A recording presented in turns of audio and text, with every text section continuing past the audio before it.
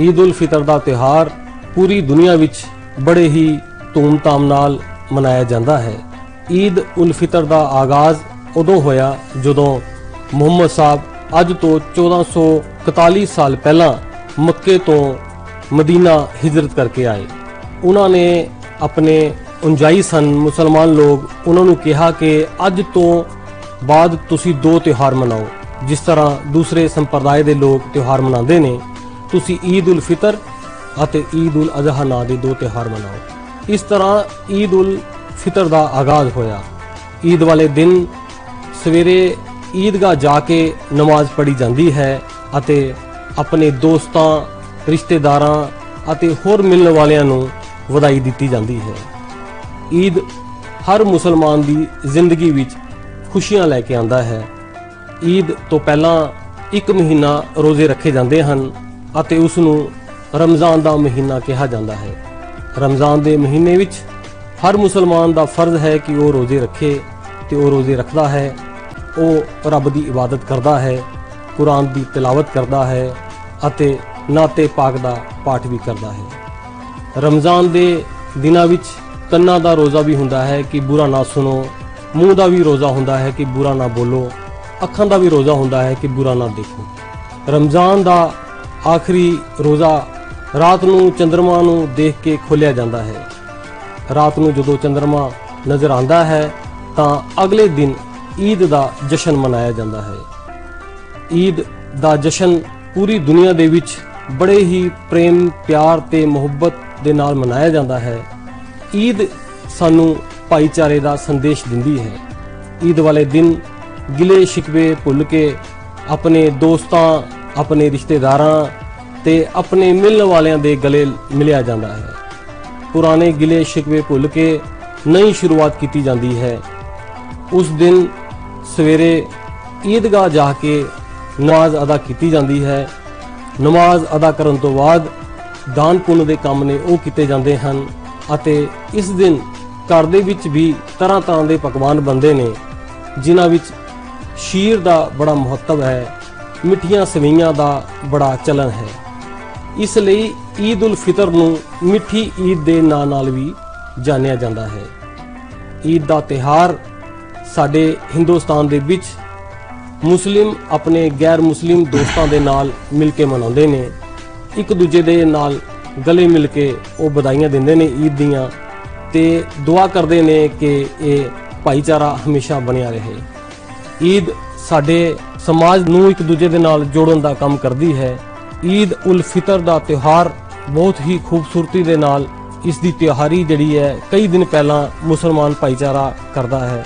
ਇਸ ਦੇ ਵਿੱਚ ਘਰ ਨੂੰ ਸਜਾਣਾ, ਘਰ ਨੂੰ ਰੰਗ ਰੋਗਨ ਕਰਨਾ, ਨਵੇਂ ਕੱਪੜੇ ਸਿਲਵਾਣੇ, ਬੱਚਿਆਂ ਵਿੱਚ ਵੀ ਈਦ ਦਾ ਬੜਾ ਉਤਸ਼ਾਹ ਦੇਖਿਆ ਜਾਂਦਾ ਹੈ। ਈਦ ਵਾਲੇ ਦਿਨ ਛੋਟੇ ਛੋਟੇ ਬੱਚੇ ਤਿਆਰ ਹੋ ਕੇ ਜਦੋਂ ਈਦਗਾਹ ਜਾਂਦੇ ਨੇ ਤਾਂ ਉਹ ਨਜ਼ਾਰਾ ਦੇਖਣ ਵਾਲਾ ਹੁੰਦਾ ਹੈ। ਸਾਡੇ ਵੱਲੋਂ ਸਾਰਿਆਂ ਨੂੰ ਈਦ ਦੀਆਂ ਬਹੁਤ ਬਹੁਤ ਮੁਬਾਰਕਾਂ। ਆਦਾਬ ਨਾਜ਼ਰੀਨ, ਈਦ ਉਲ ਫਿਤਰ ਦੇ ਮੁਬਾਰਕ ਮੌਕੇ ਤੇ ਅਸੀਂ ਤੁਹਾਡੇ ਵਾਸਤੇ ਇੱਕ ਖਾਸ ਪ੍ਰੋਗਰਾਮ ਲੈ ਕੇ ਹਾਜ਼ਰ ਹੋਏ ਹਾਂ। ਈਦ ਉਲ ਫਿਤਰ ਦੀ ਅਹਿਮੀਅਤ। ਮੈਂ ਹਾਂ ਤੁਹਾਡਾ ਮੇਜ਼ਬਾਨ ਡਾਕਟਰ ਜਤਿੰਦਰ ਪਰਵਾਜ਼। ਅੱਜ ਈਦ ਉਲ ਫਿਤਰ ਦੇ ਮੁਬਾਰਕ ਮੌਕੇ ਤੇ ਸਾਡੇ ਸਟੂਡੀਓ ਵਿੱਚ ਤਸ਼ਰੀਫ ਲਿਆਏ ਨੇ ਮੌਲਾਨਾ ਨਦੀਮ ਅਹਿਮਦ ਕਾਸਮੀ ਸਾਹਿਬ। ਕਾਸਮੀ ਸਾਹਿਬ ਇਮਾਮ ਨੇ, ਇਸਲਾਮਿਕ ਸਕੋਲਰ ਨੇ ਅਤੇ ਮਜ਼ਹਬੀ ਮਾਮਲਿਆਂ ਦੀ ਇਹਨਾਂ ਨੂੰ ਬਹੁਤ ਡੂੰਘੀ ਸਮਝ ਹੈ। ਅੱਜ ਅਸੀਂ ਇਹਨਾਂ ਦੇ ਨਾਲ ਈਦ ਉਲ ਫਿਤਰ ਦੇ ਬਾਰੇ ਚਰਚਾ ਕਰਾਂਗੇ ਤੇ ਜਾਣਾਂਗੇ ਈਦ ਕੀ ਹੈ, ਇਹਦਾ ਆਗਾਜ਼ ਕਦੋਂ ਹੋਇਆ, ਨਾਲੇ ਅਸੀਂ ਰਮਜ਼ਾਨ ਦੇ ਸਿਲਸਿਲੇ ਵਿੱਚ ਵੀ ਇਹਨਾਂ ਨਾਲ ਗੱਲ ਕਰਾਂਗੇ। ਆਓ ਗੱਲ ਕਰੀਏ। ਮੌਲਾਨਾ ਸਾਹਿਬ, ਤੁਹਾਡਾ ਸਾਡੇ ਪ੍ਰੋਗਰਾਮ ਵਿੱਚ ਬਹੁਤ ਸਵਾਗਤ, ਇਸਤਕਬਾਲ।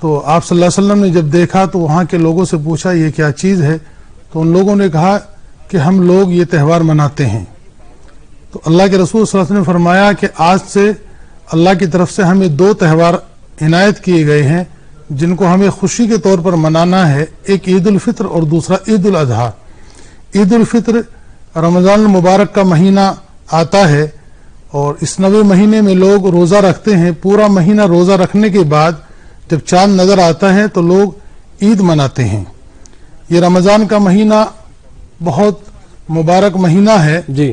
اور اس مبارک مہینے کو قرآن کریم میں بھی ذکر کیا گیا. اللہ نے یہ مہینہ انسانوں کے لیے ایک روحانی کورس رکھا ہے. جی جی. روحانی اور جسمانی کورس. جی. یعنی جو آدمی روزہ رکھتا ہے اللہ کے لیے کھانا پینا سب کچھ بند کر دیتا ہے تو اس سے اس کے 2 فائدے ہیں. جی. ایک تو روحانی فائدہ کہ انسان جب بھوکا رہتا ہے تو اس کے گناہ چھوڑنے پر اسے آسانی ہوتی ہے. جی. اور اپنے نفس پر کنٹرول ہوتا ہے. جی. جس سے وہ گناہ نہیں کر پاتا ہے اور بھوکا رہتا ہے اور اپنے اللہ کو راضی کرتا ہے. اور جب انسان روزہ رکھتا ہے بھوک رہتا ہے، دوسرا اس کا مقصد یہ ہے کہ اسے بھوک کا احساس ہو. جو لوگ غریب ہیں کمزور ہیں وہ بھوکے رہتے ہیں تو ان کے ساتھ شریک ہو. جی. اور جب انسان بھوکا رہتا ہے صبح سے شام تک اللہ کے لیے بہت ساری نعمتیں ہیں وہ سب کچھ وہ بند کر دیتا ہے صرف اپنے اللہ کو راضی کرنے کے لیے، تو اسے یہ ایک عادت بن جاتی ہے کہ کس طرح مجھے اپنے نفس پر کنٹرول کرنا ہے. یہ سارا یہ رمضان دے دنوں وچ جدوں روزہ رکھدا ہے ادوں اودے دنچریا ہوندی ہے. ہاں جی. صبح جب سحری کھاتے ہیں اور جو صبح صادق ہوتی ہے اس سے پہلے سحری کھا لیتے ہیں. اس کے بعد شام کو جب سورج غروب ہوتا ہے غروب ہوتے ہی روزہ کھولا جاتا ہے. رمضان دے وچ کنے روزے آندے نے سارے اور ایک کیڑا مہینہ ہے کنواں مہینہ ہے اسلامی کیلنڈر دے حساب نال؟ اسلامی جو کیلنڈر کے حساب سے یہ مہینہ اس مہینے کا نام ہے رمضان المبارک کا مہینہ. جی. اور یہ 9واں مہینہ ہے. اچھا. 9واں مہینہ ہے. اس میں 29 روزے بھی ہوتے ہیں 30 بھی ہوتے ہیں. چاند کے اوپر اعتبار ہوتا ہے. کبھی چاند 29 کا نظر آتا ہے تو کبھی 30 کا. 29 کا نظر آ جاتا ہے تو اس کے بعد عید ہو جاتی ہے. کبھی 30 کا نظر آ جاتا ہے تو اس کے بعد عید ہوتی ہے. چاند دیکھنے کے بعد ہی عید منائی جاتی ہے. اچھا. رمضان کی اہمیت کی ہے اس مہینے دے وچ کی خاصیت دسی گئی ہے؟ اس کی خاصیت یہ ہے کہ لوگ جب روزہ رکھتے ہیں تو ایک تو روحانی علاج ہوتا ہے کہ تاکہ اس کی روح صحیح ہو سکے. انسان پورے سال میں 11 مہینے وہ دنیا میں اتنا مشغول ہو جاتا ہے کہ وہ اپنے مالک کو بھول جاتا ہے. اچھا. اور گناہوں میں اتنا مشغول ہو جاتا ہے تو جس سے وہ کورس کرانے کے لیے اللہ تعالیٰ نے ایک مہینہ رکھا ہے کہ روزہ رکھ کر کے اس کی جو روحانی جو بیماری ہے وہ ختم ہو جائے اور اپنے اللہ کا قرب حاصل ہو جائے. یعنی اپنے مالک کے قریب ہو جائے اور اس کے اندر ماننے کا ایک مادہ پیدا ہو جائے. عید دے دن وچ کس طرح دی دنچریا ہوندی ہے اور کس طرح دا ماحول ہوندا اس دن؟ عید بارے اس طرح دسو وستار دے. جب چاند نظر آ جاتا ہے اس کے بعد سب لوگ عید کی خوشیوں میں شریک ہوتے ہیں. اور ہمارا ملک جو ہے ہندوستان تو یہ ایک ایسے جیسے ایک پھول کا گلدستہ ہوتا ہے. ہر طرح کے پھول ہوتے تو یہاں ایک خاصیت یہ ہے کہ سبھی لوگ مل کر کے ہندو مسلم سب بھائی چارے کے ساتھ مل کر کے خوشیاں مناتے ہیں. جب ہمارے ہندو بھائیوں کا تہوار آتا ہے تو دیوالی پہ مسلمان ان کے ساتھ شریک ہوتے ہیں. تو اسی طرح عید کے دن لوگ عید کی نماز پڑھتے ہیں. جو ایک مہینہ روزے رکھے اس پر اپنے مالک کا شکر ادا کرتے ہیں اور مالک اس دن بدلہ دیتا ہے. اور بدلہ کیا ہے؟ اللہ کہتا ہے کہ جاؤ میں نے تمہارے سارے گناہ معاف کر دیے اور اب تم اچھے کام کرو اچھے طریقے سے ایک نئی زندگی گزارو. رمضان ختم ہونے کے بعد عید منا کر ایک نئی زندگی انسان کو ملتی ہے. کہ عید کے لیے بچوں کو تو پورے سال انتظار رہتا ہے. جو بچے ہوتے ہیں وہ تو پورا سال انتظار کرتے ہیں عید آئے گی عید آئے گی. پھر جب رمضان شروع ہو جاتا ہے تو تقریباً آدھا رمضان گزرنے کے بعد لوگ اس کی تیاری میں لگ جاتے ہیں. اچھا. کپڑے خریدنا نئے کپڑے سلوانا اور اپنے مکانوں کو اچھی طرح صاف ستھرا رنگ روگن کرنا تو بہت ساری چیزیں صفائی کرنا.